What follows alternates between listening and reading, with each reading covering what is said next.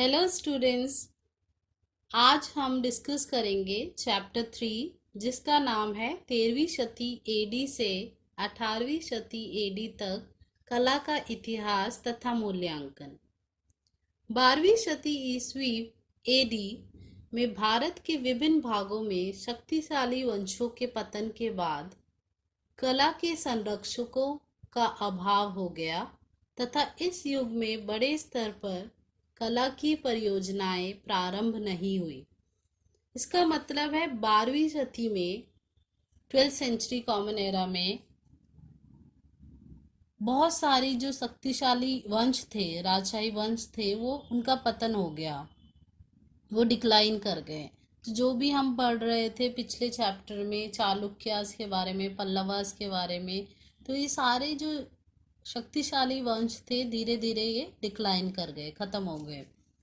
और 12वीं शती में ही महमूद गजनी और मोहम्मद गोरी आए थे, तो मुस्लिम जो रूल है वो स्टार्ट हो गया था इस टाइम पे।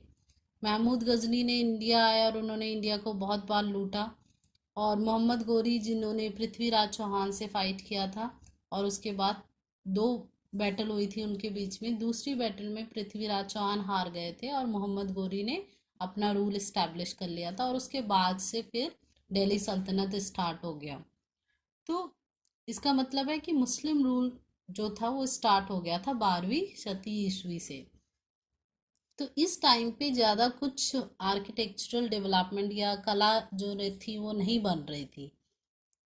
तथापि राजस्थान, बंगाल तथा उड़ीसा में कुछ मंदिरों का निर्माण हुआ इस टाइम पे। 12वीं शती की ये बात कर रहे हैं, तो इस टाइम पे ओवरऑल इतना कुछ कला की कुछ बड़े प्रोजेक्ट्स नहीं हुए, बट राजस्थान, बंगाल और उड़ीसा में कुछ मंदिरों का निर्माण हुआ, बट वो नेग्लिजिबल है, मतलब बहुत कम है उनका नंबर, इसलिए हम उनको ज़्यादा इम्पोर्टेंस या उनको काउंट नहीं करते।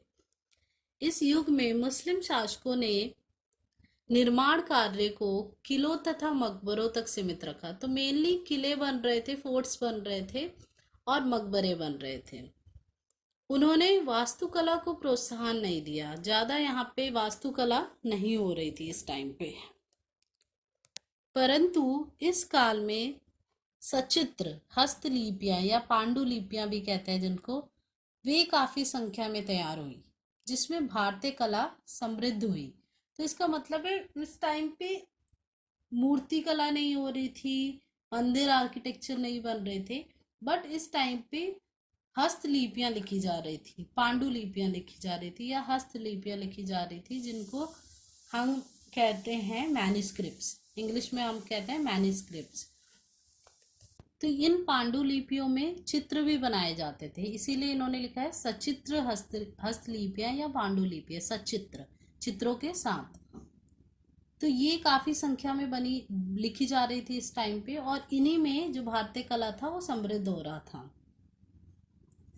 उसके बाद ये पांडुलिपियां विभिन्न भारतीय धर्म तथा संप्रदायों से संबंधित थी। मतलब ये जो पांडुलिपियां, जो मैन्युस्क्रिप्ट्स लिखे जा रहे थे, वे हमारे जो उस टाइम पे रिलीजन्स थे इंडिया में और कम्युनिटीज़ थी, उनके बारे में दिखाया जा रहा था, उनके बारे में लिखा जा रहा था। इन धर्मों एवं संप्रदायों में मुख्य रूप से हिंदू, जैन तथा बौद्ध धर्म शामिल हैं। तो Hinduism, Jainism and Buddhism, in religion के ऊपर ये मैन्युस्क्रिप्ट्स लिखे गए हैं।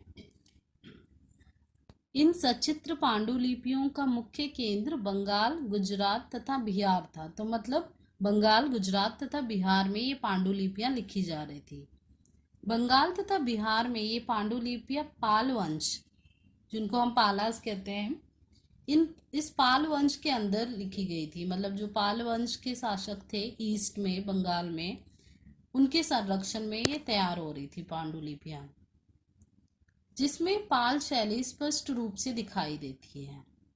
तो पाल जो आर्ट था वो दिखाई दे रहा है इसमें, इसलिए ये पाल वंश में लिखी गई थी, इसका मतलब। दूसरी ओर जैन धार्मिक पांडुलिपियां बिहार में लिखी एवं चित्रों द्वारा सजाई गई।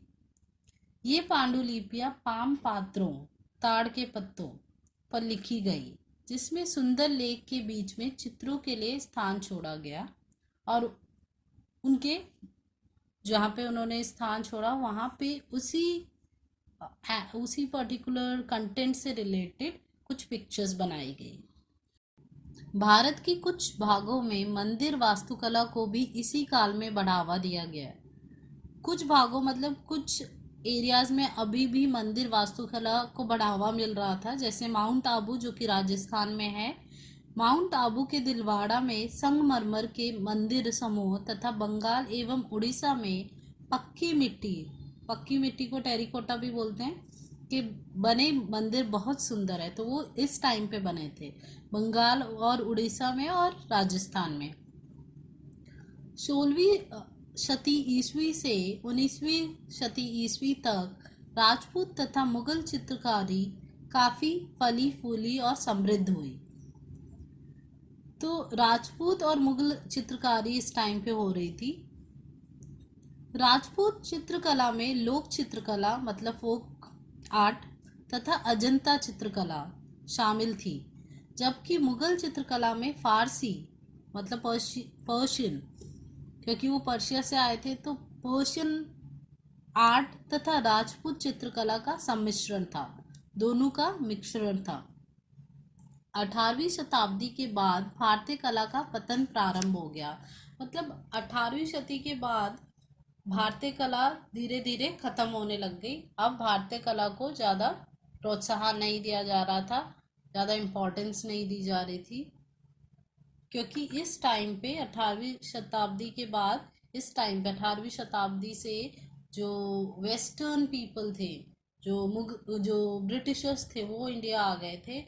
अब जो आर्किटेक्चर आर्ट सबका वेस्टर्नाइजेशन हो रहा था, इसीलिए इस टाइम पे अब भारतीय कला को इतना इम्पोर्टेंस नहीं दी जा रही थी।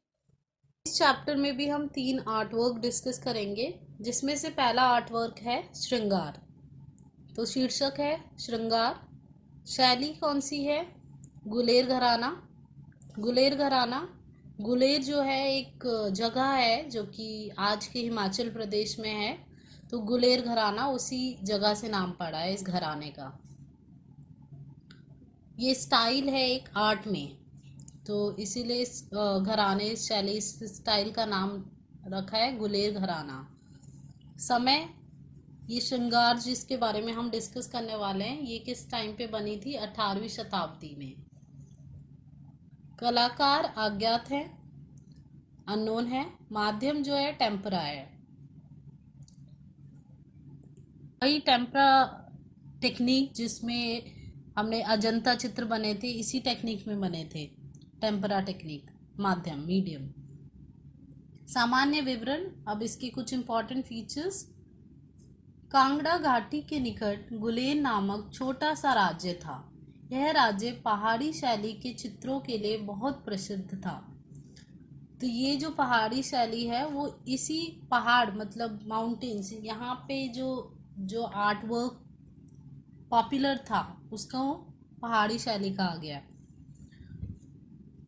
1450 ईस्वी से 1780 ईस्वी के दौरान यह शैली विभिन्न राजाओं के संरक्षण में काफ़ी पल्लवित और समृद्ध हुई। तो इस टाइम पे मतलब 15 सेंचुरी से 18 सेंचुरी कॉमन एरा, हम कॉमन एरा की बात कर रहे हैं, हम एडी की बात कर रहे हैं। तो इस टाइम पे बहुत राजाओं के अंदर, काफ़ी जो अलग अलग राजा थे उनके अंदर ये पहाड़ी शैली बहुत पल्लवित हुई, मतलब फ्लॉरिश करी और समृद्ध हुई। गुलेर लघु चित्रकला विकास के विभिन्न चरणों को पार करती हुई पल्लवित हुई। इसका मतलब है जो गुलेर शैली है, गुलेर घराना है, वो लघु चित्रकला, छोटी छोटी चित्रकला के विभिन्न चरणों मतलब स्टेप्स को पार करते हुए फिर फ्लॉरिश हुई है। इस पर लोक कला तथा मुगलों की लघु चित्र शैली का प्रभाव पड़ा। तो लोक कला मतलब फोक आर्ट, और मुगल्स की कौन सी शैली थी? पर्शियन। तो पर्शियन स्टाइल का भी इस पे थोड़ा प्रभाव पड़ा। 18वीं शताब्दी ईस्वी में गुलेर चित्रकला अपनी परिपक्व अवस्था तक पहुंच चुकी थी, मतलब मैच्योर हो चुकी, इसलिए सारा चीज़ों का, सारी कलाओं का, सारे स्टाइल्स का फीचर लेते हुए हम कह सकते हैं 18वीं शताब्दी के बाद उसमें कोई और एडिशंस नहीं हुए, तो वो मैच्योर हो चुकी थी। कुछ विद्वानों के मतानुसार पहाड़ी शैली का मूल गुलेर में था, मतलब गुलेर में था, जिसने कई अन्य पहाड़ी शैली जैसे कांगड़ा को प्रभावित किया। मेन जो चीज थी वो गुलेर घराना में थी। पहाड़ी शैली के अंदर गुलेर घराना एक टाइप है। पहाड़ी एक शैली, एक बहुत बड़ा स्टाइल है जिसके अंदर गुलेर घराना एक टाइप है। उसमें कांगड़ा भी है, कांगड़ा घराना भी है, बट जो गुलेर घराना है वो सबसे ज़्यादा इम्पोर्टेंट है पहाड़ी शैली का, और इसने कांगड़ा घराना को भी प्रभावित किया। गुलेर चित्रों की प्रमाणिक विशेषता पौराणिक कृष्ण तथा राधा की प्रेम कथाएं, मतलब सबसे ज़्यादा जो इम्पोर्टेंट और सबसे ज़्यादा इन्होंने चित्र बनाए हैं इस शैली को यूज़ करके, इस घराने को यूज़ करके, तो वो राधा कृष्ण के ऊपर बनाए। और पुराण जो लिखे गए थे उनकी स्टोरीज को दिखाने के लिए जो चित्र बनाए गए, मेनली ऐसे चित्र बनाए जा रहे थे पुराना से स्टोरीज लेके, और राधा और कृष्ण की प्रेम कहानी। यह प्रेम कथा आज तक दिव्य प्रेम के जीवंत प्रतीक के रूप में मानी जाती है। तो ये तो हम सबको ही पता है कि राधा और कृष्ण की प्रेम कथा दिव्य प्रेम थी, दिव्य प्रेम कथा है। तो गुलेर चित्रकला में रामायण तथा महाभारत की कहानियों को दर्शाया गया है। तो पुरानास जो भी हमारे एपिक्स हैं, रामायण महाभारत, उनकी जो कहानियाँ थी उनको चित्र का फॉर्म दिया गया है। इन कहानियों को शाही चित्रों तथा राजसभा के दृश्यों में सजाया गया है। तो राजा लोग जो थे वो बनवाते थे ये चित्र, वहाँ सजाया जाता था महलों में। श्रृंगार विशिष्ट राजपूत चित्रकला का उदाहरण है। तो श्रृंगार जो पिक्चर हम पढ़ रहे हैं, जिस आर्टवर्क को हम पढ़ रहे हैं, ये जो है ये राजपूत चित्रकला का उदाहरण है। एक दुल्हन को विवाह के लिए सजाया जा रहा है। तो आप पिक्चर देख सकते हैं, इसमें एक दुल्हन है जो बैठी हुई है बीच में और उसको सजाया जा रहा है। ये आकृतियां वास्तुकला की चौखट में समन्वय, मतलब मेल जोल और संतुलन, बैलेंस के साथ बनाई गई हैं। इस चित्र के अग्रभाग में एक नौकरानी चंदन का लेप तैयार कर रही है। एक लेडी है, तो प्रोबेबली वो नौकरानी है, जो कि आगे, अग्रभाग मतलब आगे, पिक्चर के सबसे आगे की ओर एक नौकरानी है जो कि चंदन का लेप तैयार कर रही है। दूसरी नौकरानी दुल्हन के पैर में पायल पहना रही है। इसी चित्र में दो और आकृतियां खड़ी दिखाई गई हैं, जिनमें से एक आईना मतलब शीशा लेकर खड़ी है तथा दूसरी फूलों की माला बना रही है। तो आप राइट साइड में देखिए, दो और है, एक तो है जो मिरर लेके खड़ी है और दूसरी जो है वो माला बना रही है। एक महिला किसी सहायिका के सहयोग के साथ दुल्हन के बाल संवार रही है तथा एक बुजुर्ग महिला इस सारे क्रियाकलाप, जो पूरी सब लोग एक्टिविटीज कर रहे हैं डिफरेंट, उनका निरीक्षण कर रही है। कलाकार ने दुल्हन के लजाने, मतलब जो वो शाय कर रही है, तथा ललितपूर्ण भंगिमा, जो उसकी शायनेस है, उसको जो इमोशंस हैं उसका दर्शनीय चित्रण किया है। तो हमें दिख रहा है कि वो कैसे शर्मा रही है। उसकी भाव भंगिमा का प्रदर्शन ही कलाकार की कला का चरमोत्कर्षीय प्रदर्शन है। संवेदनशील चेहरे, सौम्य व्यवहार तथा रंगों का कोमल मिश्रण गुलेर शैली की विशेषताएं हैं। तो ये गुलेर शैली की विशेषताएं हैं, इम्पॉर्टेंट फीचर्स हैं कि इस शैली में जो चेहरे बनाए गए हैं वो संवेदनशील बनाए गए हैं, सौम्य बनाए गए हैं, और रंगों का जो है वो कोमलता से यूज किया गया है, मिश्रण किया गया है। तो इसमें कुछ क्वेश्चंस दिए गए हैं। जैसे पहला क्वेश्चन है, पहाड़ी चित्रों के मूल स्थान का नाम बताइए। तो मूल स्थान क्या था? गुलेर। सेकेंड, गुलेर चित्रकला की सर्वप्रमुख क्या विशेषता है? तो सर्वप्रमुख जो है, सर्वप्रमुख विशेषता तो यह है कि वो मेनली जो थे वो पुरानास की स्टोरीज को दिखा रहे थे। पुरानास की स्टोरीज और राधा और कृष्ण की प्रेम कथा, रामायण महाभारत की कहानियां ये सब दिखाई जा रही थी गुलेर घराना में। श्रृंगार चित्र के पूर्व भाग में दो आकृतियां क्या कर रही है? पूर्व भाग मतलब राइट की तरफ,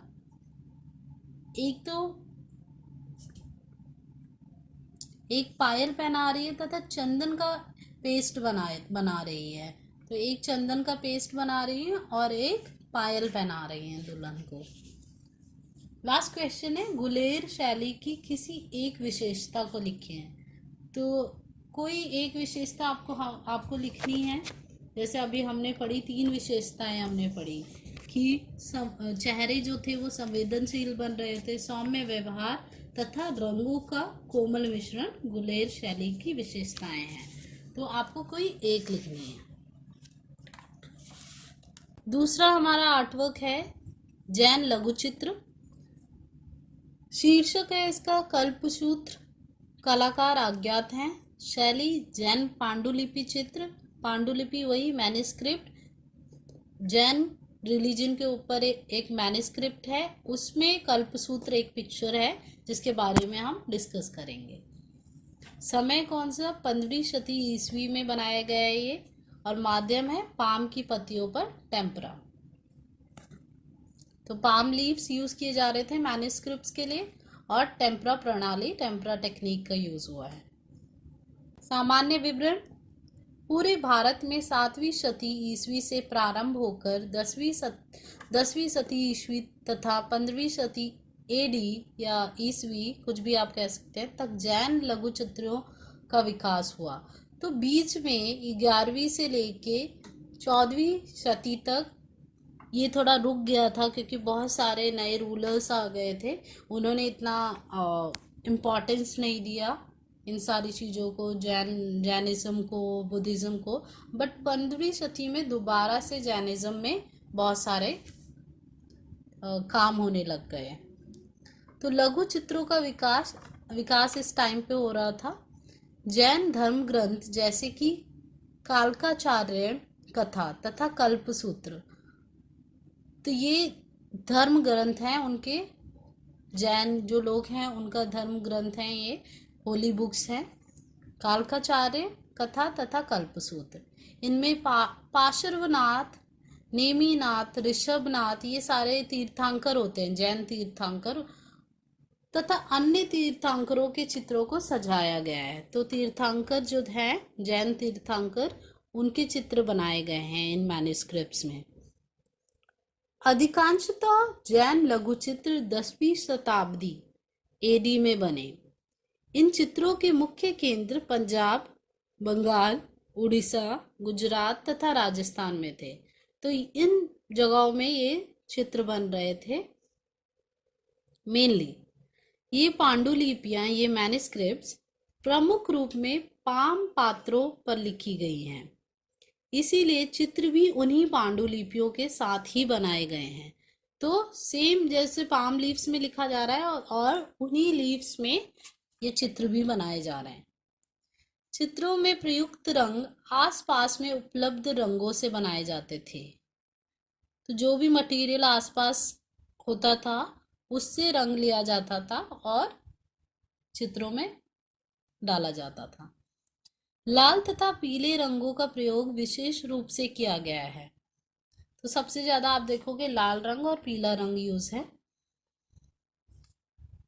इन रंगों के साथ साथ स्वर्णिम मतलब गोल्डन रंग तथा रजत रंगों का प्रयोग भी किया गया है। रजत मतलब सिल्वर, तो गोल्डन और सिल्वर रंग का भी प्रयोग किया गया है।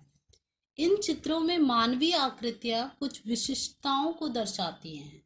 तो कुछ इम्पॉर्टेंट चीजें हैं जो कि मानवीय आकृतियों में हमें दिख रही हैं, जैसे कि इन व्यक्तियों के चेहरे रूपरेखा के रूप में हैं, जिसमें उनकी आंखों का सामने का दृश्य दिखाई देता है।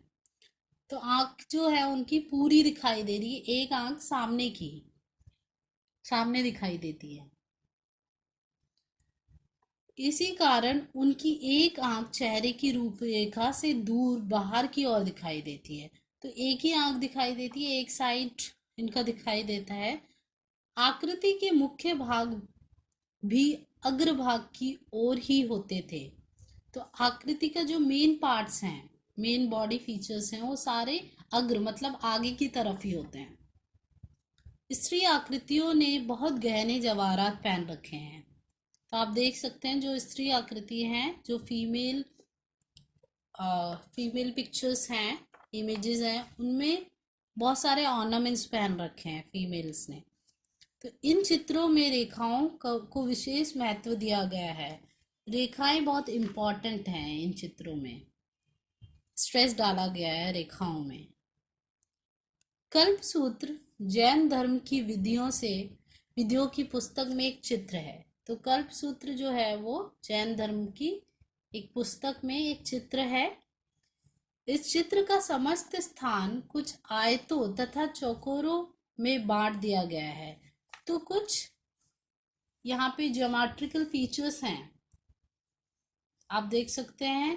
ये चौकोर दिख रहे हैं, कई डब्बे दिख रहे हैं हमें इसमें। तो अलग अलग आकारों में इनको बांट दिया गया है। पुरुषों, स्त्रियों तथा पशुओं का चित्रण लाल रंग की पृष्ठभूमि में किया गया है। तो जो पृष्ठभूमि है, जो बैकग्राउंड है, वो लाल रंग का है। पीले रंग से प्रत्येक खंड मतलब पार्ट को दिखलाया गया है। प्रत्येक खंड में कल्पसूत्र की कहानी का अलग अलग कथाक्रम वर्णित है। तो पूरी स्टोरी को इन्होंने अलग अलग पार्ट में डिवाइड करके दिखाया है। यह शैली पूरी तरह लोक शैली पर केंद्रित है, मतलब फोक स्टाइल है पूरा, जहां आकार में चपटापन है तथा अभिव्यक्ति रूढ़िवादी है, फॉर्मल है, रूढ़िवादी है। मतलब सारे जो बॉडी फीचर्स होते हैं वो दिख रहे हैं, जिसमें परिदृश्य का अभाव है, पर्सपेक्टिव नहीं है। इसके बावजूद कलाकार की वास्तुकला के प्रतिमानों तथा कपड़ों की अभिकल्पना का आकलन विशेष रूप से दिलचस्प है। तो पर्सपेक्टिव ना होने के बावजूद भी इसका जो कलाकार है, उनकी वास्तुकला और जो उनकी अभिकल्पना है, इमेजिनेशन है, कपड़े कैसे बनाए जाते हैं, क्या फेशियल फीचर्स दिखाए जाएंगे, तो ये सब विशेष रूप से दिलचस्प है। प्रभावकारी रेखाएं, तो रेखाओं मतलब लाइंस में ज़्यादा स्ट्रेस डाला गया है तथा शरीर की रेखाओं का बिंदुओं से प्रयोग इन चित्रों के सौंदर्य को बढ़ाता है। इसमें कुछ क्वेश्चंस दिए गए हैं। पहला क्वेश्चन है, जैन लघु चित्रों का विकास कब हुआ? तो जैन लघु चित्रों का विकास 7वीं शती एडी, 10वीं शती एडी तथा 15वीं शती एडी के दौरान हुआ। सेकेंड, जैन लघु चित्रों में कौन से चित्र चित्रित किए गए हैं?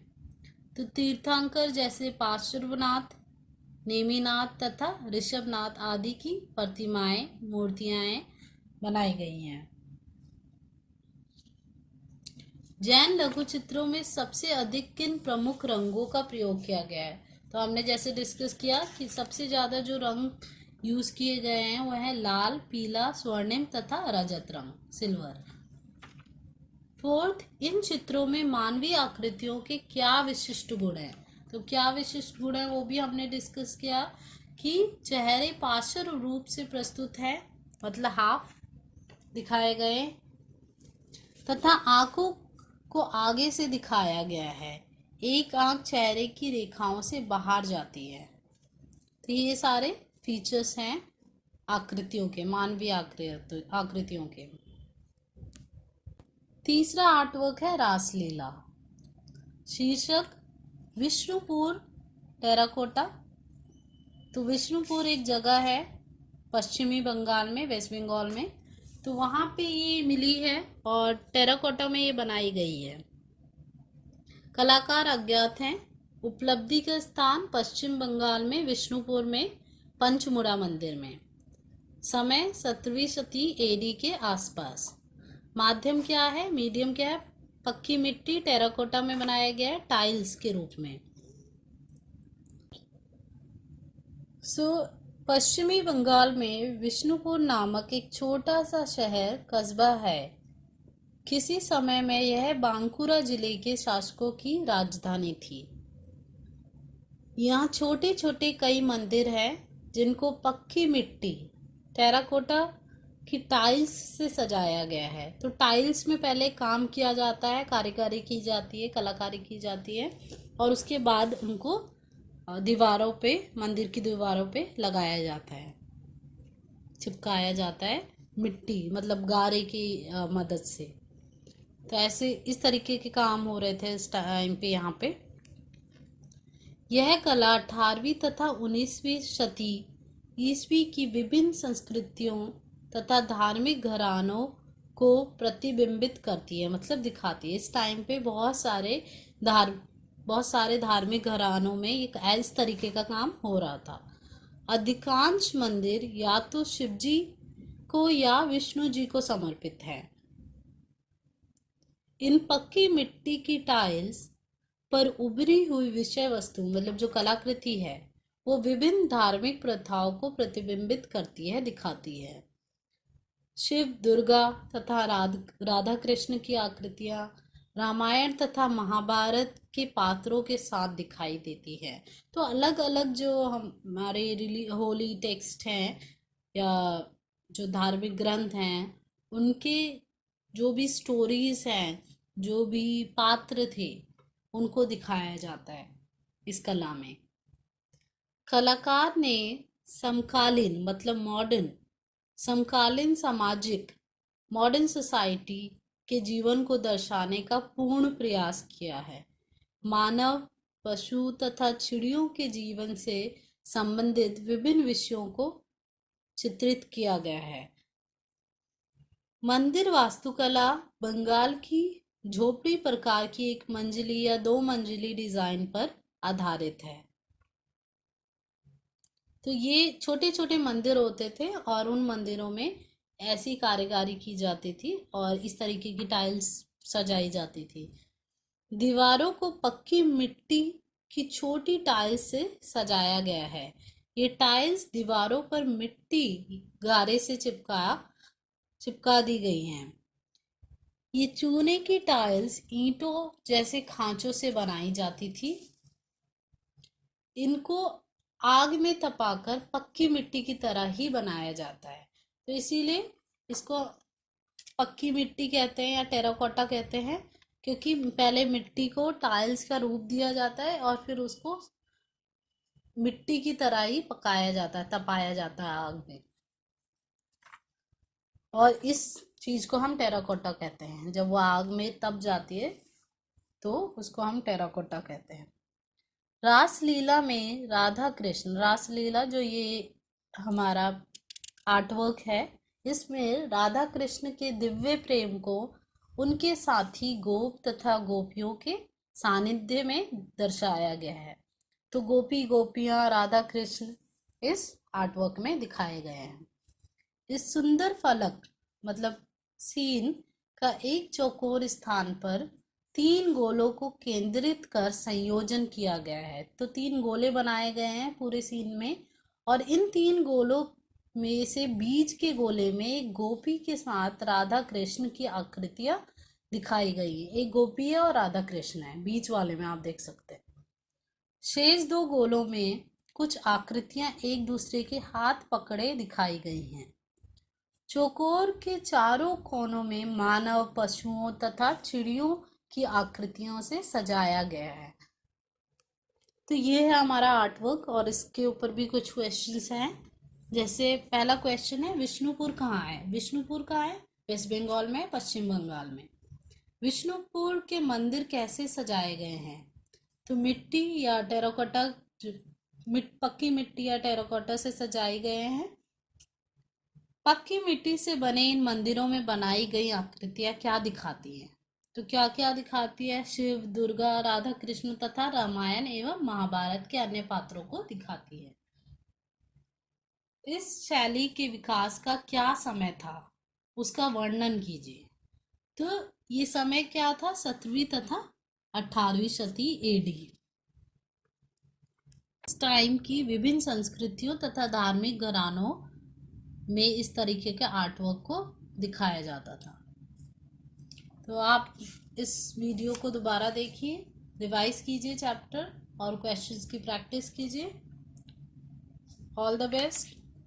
Thank you.